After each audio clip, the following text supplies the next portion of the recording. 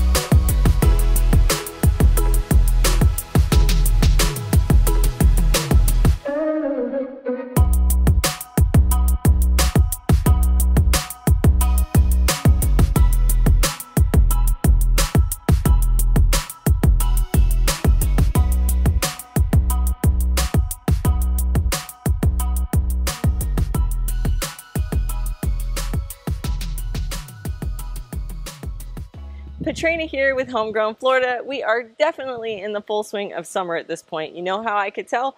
Because I can only spend 15 minutes at a time in the garden before the heat starts to overwhelm me and I retreat into that nice cold AC.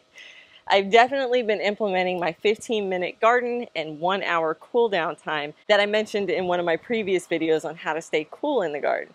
That means I spend just 15 minutes doing a task outside and then I cool down inside for an hour before I repeat that process over again. Thankfully, I have been very serious about neglecting my summer plants, just as we've discussed in previous videos, so I haven't had to spend a lot of time out here with them. No big projects for me until the weather cools down some. If you are new to my channel, I have challenged my fellow gardeners to try doing a neglected summer garden this year. That means we have planted some veggies that love the Florida summer heat and we let them fend for themselves this season to save us all from heat stroke. Let the rainfall water them, don't fertilize, don't treat for bugs. If you took on this challenge with me, head down into the comments and let me know how it's been going for you. And don't forget to tag #FloridaSummerGarden on your social media posts so I can see pictures of your garden. I've also been adding updates with this tag on Instagram and Facebook, so make sure to go and check those out. My garden is doing pretty well. Lots of things are growing, and I've even started to see some things getting close to production, like my Thai soldier beans and the okra. The things not really doing well are the warm season crops, like my tomatoes. I only have 3 plants alive right now, 2 red currant tomatoes in my raised bed, and 1 tomato plant that I have in a container. I moved it under the awning of my house in a very shaded area. I dumped some compost on it and I've been fertilizing it more frequently and it has new tomatoes on it, which is shocking. When I did my raised bed versus container video, that tomato plant was struggling, but I took advice from a lot of you folks and added compost, extra fertilizer, heavy mulch, and moved it into a mostly shaded spot, and it started looking better. The tomatoes are not as big as they should be, but it is still going strong, so I'm going to let it keep going. But let's talk about the veggies that love this weather so you know what you can actually start planting this time of year.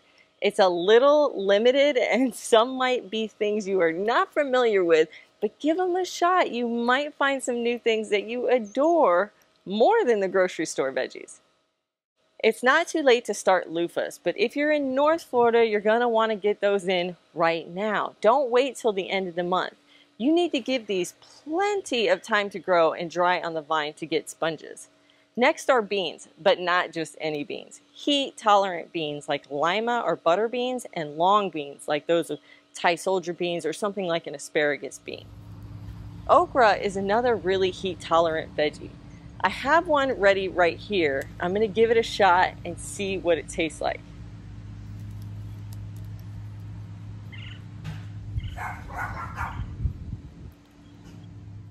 Sweet potatoes are still an option, but this is probably the last month for folks in North and Central Florida since they need a solid 4 to 5 months to grow, and you want to get them out of the ground before you get your first frost in late fall. It's probably too late to start slips since those can take 4 to 6 weeks to produce. So you will want to purchase slips if you haven't grown them yourself. You can also still start roselle, but you will want to get these plants in the ground ASAP since you want them to get really nice and bushy before the summer months. The bigger they are, the more they will produce. If you start them any later than this month, your plants will remain pretty small and you won't get the best yield come fall. You can also start tropical spinaches like amaranth, Egyptian spinach, magenta spring, Ethiopian kale, and red Malabar spinach. I just did a taste test of all of my summer greens in the garden, so make sure to check that out to get an idea of the best ones to grow in your garden. You could also start some seminole pumpkins, but be prepared that they may not bloom very heavily during the summer. So you will just be growing them up until fall, and once the nighttime temperatures improve, they will explode and you should get some pumpkins in time for fall. Pineapples are another plant that you can start by just cutting the tops of the pineapples from the store and sticking them in the ground. They can take a year or two to produce, so you are playing a long game with these guys. Tropical root vegetables like ginger, turmeric, taro, cassava, and jicama. I just got seeds for jicama from the Urban Harvest Seed Club, and I'm really excited to try these, so I'll be starting those very soon. If you plan on starting ginger or turmeric, make sure you give them a nice shady spot to grow. I meant to plant my store-bought ones last month, but I ran out of time, so I'll be starting those at the beginning of this month. Chayote squash is a really cool perennial squash that you can grow, especially in South Florida. You plant it once and it feeds you for years. Cowpeas are a great summer veggie to grow.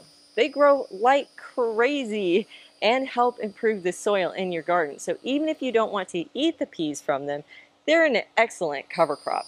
And all you have to do is buy a bag of dried black-eyed peas from the grocery store and plant them 1 inch deep in your soil. Papaya can be a perennial in like South Central and South Florida. It's a heat-loving fruit and absolutely delicious. Peanuts. Guys, I wish I would have filmed planting my peanuts, but I really didn't think they would germinate because I was using raw, uncooked peanuts from the grocery store. But then they did germinate. Helpful hint that I learned. Don't break them out of the shell. I broke half of them out of the shell and some I planted with the shell on. And the ones with the shell on were the ones that germinated. And almost 100%. While the unshelled ones didn't come up at all. I was so sure this wasn't going to work that I ate the rest of the peanuts and I didn't film planting them. I wish I would have done both.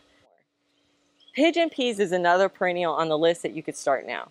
This is another veggie that could be feeding you for years. As you can see, there are still a lot of things we can be growing this time of year. So get creative and try a few. And don't forget to just neglect them and see what happens. If you're finding this video helpful, don't forget to hit the notification bell below. You'll be the first to know whenever I release a new video packed with gardening tips, tricks, and inspiration. So go ahead and give that bell a little tap and let's stay connected. Now let's jump right into the projects for this month. First thing I'm focused on is my compost. I'm not spending a lot of time in the garden because of the heat, but I need to get out here weekly to rotate my compost. This is the absolute best time to make compost here in the South. It's hot. There are a ton of bugs and there is a lot of humidity and rainfall. All of that breeds an environment where the little bugs are working overtime. I just emptied my left bin a couple weeks ago and filled it back up, and I went really heavy with the green material. Having a higher nitrogen ratio will help speed up the breakdown process, combined with all those climate elements I just mentioned. And I'll be pumping out a lot of compost in a very short period of time. By getting out here and rotating it weekly, that will speed it up even more. I should be able to have usable compost in just 3 months with these conditions. Now the right bin has been underway for about a month, so it only has 2 more months to go. And then a month after that, the left one will be ready. That means I'll have 2 bins ready in September and then October, right in time for fall planting. I'm timing it perfect this year. Once fall and winter hits, the bins slow down quite a bit because of the reduction in bugs and heat. So I want to take full advantage of this season to pump out as much compost as possible. So add an alert to your reminders on your phone to turn your bins at least once a week to get the full effect. The next project I'll be doing is my summer solstice fruit tree trimming.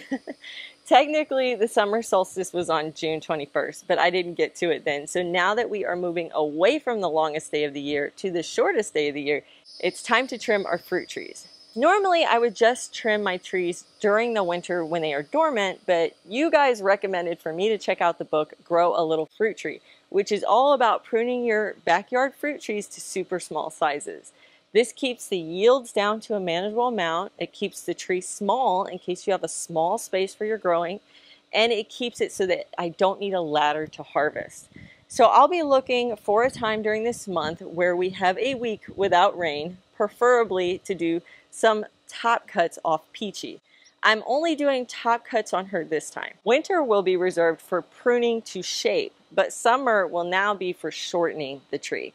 I won't be taking too much off her because we kind of like her size so that we can get the most peaches. This year we got about 60 to 70 peaches, and we would not mind getting a few more from her next year. We're aiming for 100 next year. For all the other trees that we planted in early spring, I won't be making any cuts on them yet. I'll wait for winter to do some big shaping cuts, but right now it's just a little too soon. I'm giving them all the time they need to get adjusted to their new spot, and they are doing pretty good. I have had two issues with my newly planted trees.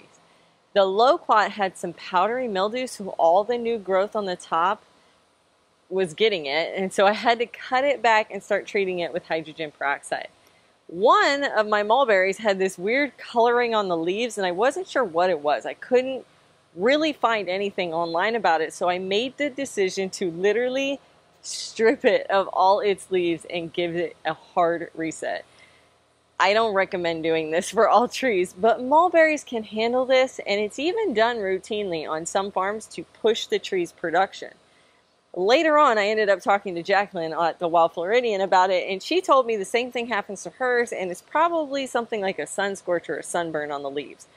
Super weird since it's in a shaded spot and the one right next to it isn't doing that, but plants do weird things sometimes. So I did it. Since I stripped it, it has started pushing out new leaves and looks a whole lot healthier. The rest of the trees are really doing great, including the ones in pots like the Java de Caba and the bananas, which have gotten so much bigger. Now we have the special tip and seed giveaway, the fun part of the video. That special tip is to prepare for hurricane season, which started in June. Normally the start of hurricane season isn't super active, but as we move closer to the end in November, it will pick up. So I like to keep my garden ready for that starting right now. So what do I do to prepare? First, I make sure all my supports and stakes are pulled up and put away into the shed. The next thing I do is I start to reduce or remove my nursery area. I move small plants out into the beds or into the green stalks immediately upon them being old enough to handle the transplant. My goal is to reduce the number of things on the pool deck to one single tray. If we do get a storm that comes through, all I have to do is take the green stalks, one nursery tray, and my other light potted plants into the shed until the storm passes. If you have any little garden sculptures or art, maybe store them for the season or put them together into one spot so that you can gather them up really quickly. Besides your garden, make sure to take a look at your hurricane kit to be sure you have food, water, batteries, flashlights, a radio, all your important paperwork, and a full video of all the things in your house in case you need to make a homeowner's claim. And if you have pets, make sure they have a little go bag with their food, medication, tags, leashes, and pet carriers. Almost forgot. The most important thing, don't forget to get your generator serviced. My husband changes the oil and cycles through an entire tank of gas this time of year just to make sure it's in good working order. Unfortunately, we had to learn that the hard way one year that our generator was having problems, but we didn't know that until Hurricane Irma came through and knocked out the electric for several days. He did get it running, but man, it is not fun trying to fix a generator with no power, no AC, in the rain, and in the dark. Not fun at all.